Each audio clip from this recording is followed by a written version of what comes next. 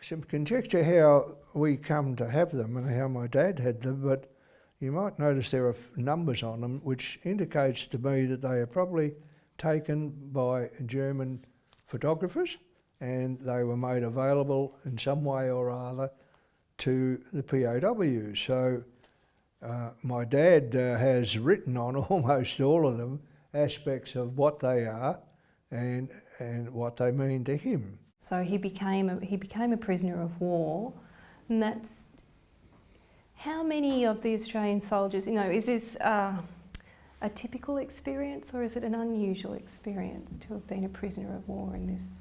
Unusual experience, First World War. There weren't that many POWs.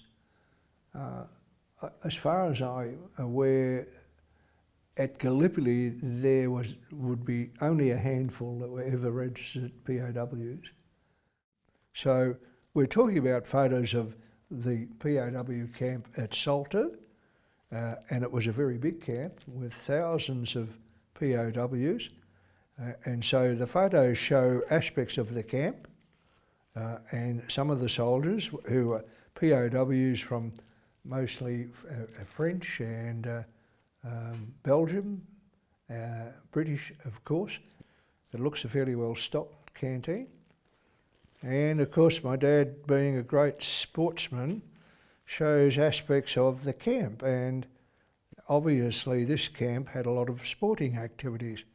My dad is shown in one of the races.